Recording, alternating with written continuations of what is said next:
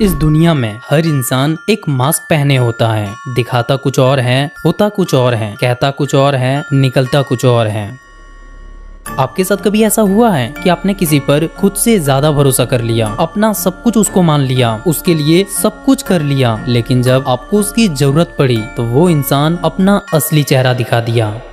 अगर मैं आपसे एक सवाल पूछूं कि यहाँ पर गलती किसकी थी, तो आप में से 90% लोग बोलेंगे सामने वाले की, क्योंकि सामने वाले ने आपका भरोसा तोड़ा है। लेकिन रियलिटी में यहाँ पर गलती सामने वाले की नहीं है, क्योंकि सामने वाला तो हमेशा से वैसे ही था। गलती तो आपकी है जो उस चेहरे को पढ़ नहीं पाए जो आपके सामने था। अब ये गलती दोबारा रिपीट ना हो, इसलिए इस वीडियो को ध्यान से देखना, क्योंकि आज मैं तुम्हें ऐसी टेक्निक बताऊंगा जिससे किसी भी इंसान को पढ़ना तुम्हारे लिए बाएं हाथ का खेल हो जाएगा। इस वीडियो को स्टार्ट करने से पहले मैं एक छोटा सा डिस्क्लेमर दे दूं। अगर तुम इस वीडियो को एंड तक देख लेते हो तो तुम्हारा लोगों को देखने का नजरिया पूरी तरह से बदल जाएगा।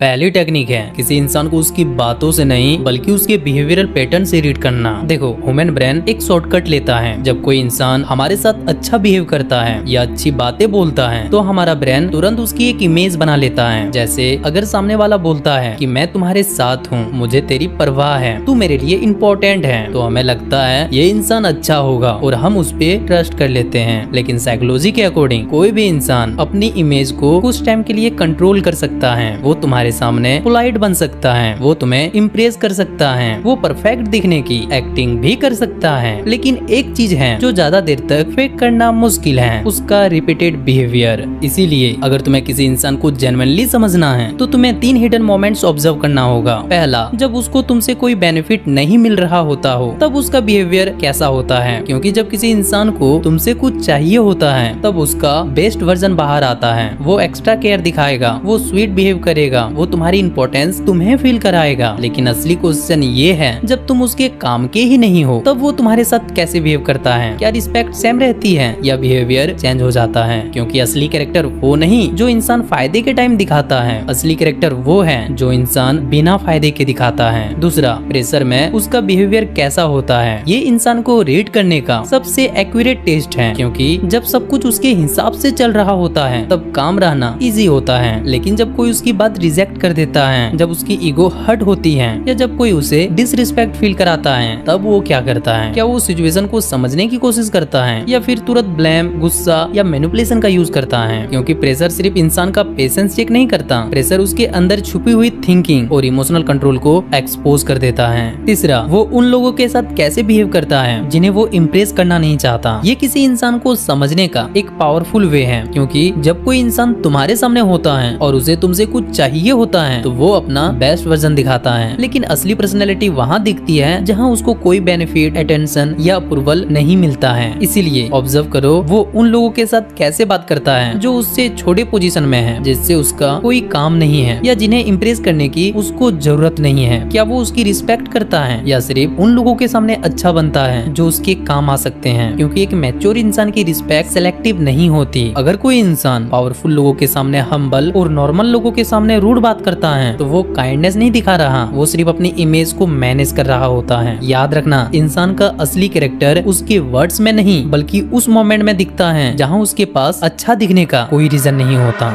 दूसरी टेक्निक है हेलो इफेक्ट को समझना। इस टेक्निक में प्रॉब्लम सामने वाला इंसान नहीं होता, प्रॉब्लम कभी कभी हमारा खुद का दिमाग होता है, क्योंकि हमारा ब्रेन जल्दी डिसीजन लेना पसंद करता है। इसीलिए जब हम किसी नए इंसान से मिलते हैं तो दिमाग के पास उसकी पूरी रियलिटी जानने का टाइम नहीं होता, तो वो एक शॉर्टकट लेता है। वो उस इंसान की एक अच्छी चीज पकड़ लेता है और उसके बेसिक पर उसकी पूरी पर्सनैलिटी डिसाइड कर देता है। इसी साइकोलॉजी बायस को हेलो इफेक्ट कहते हैं। फॉर एग्जाम्पल, अगर कोई इंसान स्मार्ट दिखता है, कॉन्फिडेंटली बात करता है, अच्छे कपड़े पहनता है या बहुत चार्मिंग पर्सनैलिटी रखता है, तो हमारा ब्रेन ऑटोमेटिकली एज्यूम कर लेता है कि ये इंसान इंटेलिजेंट होगा, मैच्योर होगा, ट्रस्टवर्दी होगा। लेकिन यही जगह है जहाँ पर अधिकतर लोग गलती करते हैं, क्योंकि एक अच्छी क्वालिटी का मतलब ये नहीं होता कि उसके अंदर बाकी सारी क्वालिटीज अच्छी वाली होंगी। मतलब अगर एक इंसान कॉन्फिडेंट है तो जरूरी नहीं कि वो ऑनेस्ट भी होंगे। अगर एक इंसान स्वीट है हैं तो जरूरी नहीं कि उसकी इंटेंशन भी सही होंगे। लेकिन हमारा ब्रेन अक्सर एक पॉजिटिव सिग्नल को देखकर पूरी रियलिटी बना देता है। जैसे कोई पहली बार तुमसे बहुत पोलाइटली बात करे, तुम्हारी तारीफ करे, तुम्हें स्पेशल फील कराए, तो तुम्हारा ब्रेन बोलता है ये बंदा अलग है। लेकिन सच ये है कि अभी तुमने उसकी पर्सनैलिटी देखी ही नहीं, तुमने बस उसकी प्रेजेंटेशन देखा है। इसीलिए अगली बार जब कोई इंसान तुम्हें पहली नजर में बहुत परफेक्ट लगे तो थोड़ा रुकना, खुद से एक सवाल पूछना, क्या मैं इस इंसान को समझ रहा हूँ या सिर्फ इसकी अच्छी क्वालिटी से इम्प्रेस हो रहा हूँ? क्योंकि अक्सर हम लोगों को उसकी रियलिटी से नहीं अपनी एक्सपेक्टेशन से जज करते हैं। और एक स्मार्ट ऑब्जर्वर वो नहीं होता जो किसी को जल्दी से लेवल कर दे। स्मार्ट ऑब्जर्वर वो होता है जो पहले ऑब्जर्व करता है फिर डिसाइड करता है। क्योंकि एक इंसान का एक मोमेंट तुम्हें उसकी इमेज दिखा सकता है, लेकिन उसके अलग अलग बिहेवियर तुम्हें उसकी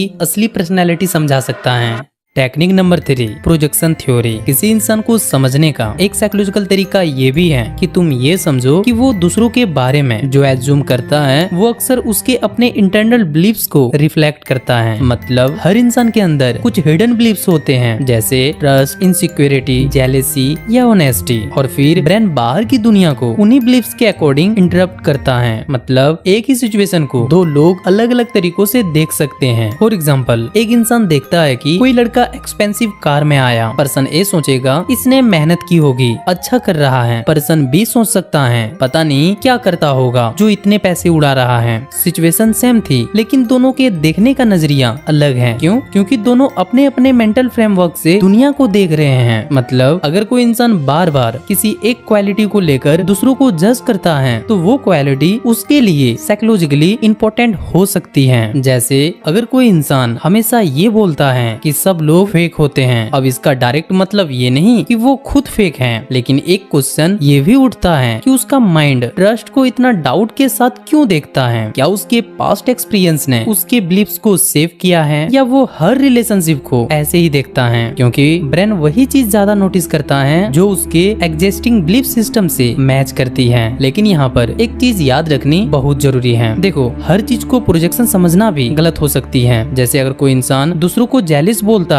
तो इसका मतलब ये नहीं कि वो खुद जेलिस है। हो सकता है उसके पास्ट एक्सपीरियंस ने उसकी सोच को ऐसा बना दिया हो, या फिर वो बस सिचुएशन को अपने पर्सपेक्टिव से इंटरप्ट कर रहा हो। प्रोजेक्शन बस एक पॉसिबिलिटी दिखाता है, प्रूफ नहीं देता। इसीलिए किसी एक स्टेटमेंट से कंक्लूजन मत निकालो। तुम बस ये समझो कि उस इंसान के माइंड में वो थॉट बार बार क्यों आ रहे हैं और उसका माइंड किस डायरेक्शन में जा रहा है।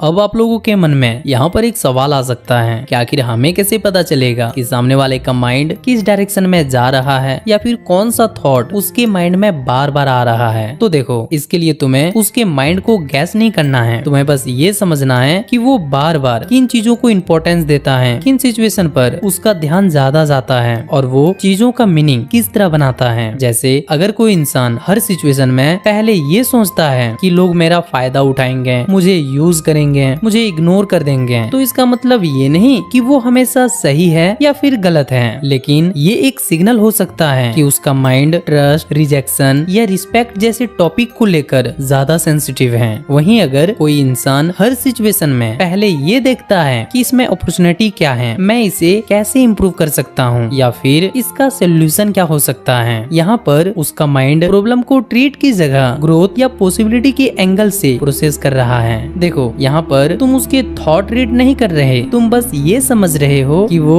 रियलिटी को किस फिल्टर के थ्रू इंटरप्ट करता है और यही फिल्टर उसकी साइकोलॉजी के बारे में हिंट देता है। यही है प्रोजेक्शन थ्योरी का मेन आइडिया। किसी इंसान को समझने के लिए हमेशा ये मत देखो कि वो दुनिया के बारे में क्या बोल रहा है, कभी कभी ये देखो कि वो दुनिया को किस नजर से देख रहा है। क्योंकि हर इंसान रियलिटी को अपने एक्सपीरियंस और बिलीव के थ्रू समझता है, और जब तुम किसी के परसेप्शन को समझ लेते हो तब तुम उसके वर्ड्स के पीछे छुपी थिंकिंग को बेटर समझ पाते हो। अब एक बार तुम खुद सोच के देखो, हम कितनी बार किसी इंसान को सिर्फ उसकी बातों से जज कर देते हैं बिना ये समझे कि उन बातों के पीछे उसकी थिंकिंग क्या है। और शायद इसी वजह से हम कई बार लोगों को गलत समझ बैठते हैं, क्योंकि इंसान सिर्फ वो नहीं होता जो वो दिखता है, इंसान वो भी होता है जो वो दुनिया को अपने माइंड के थ्रू देखता है।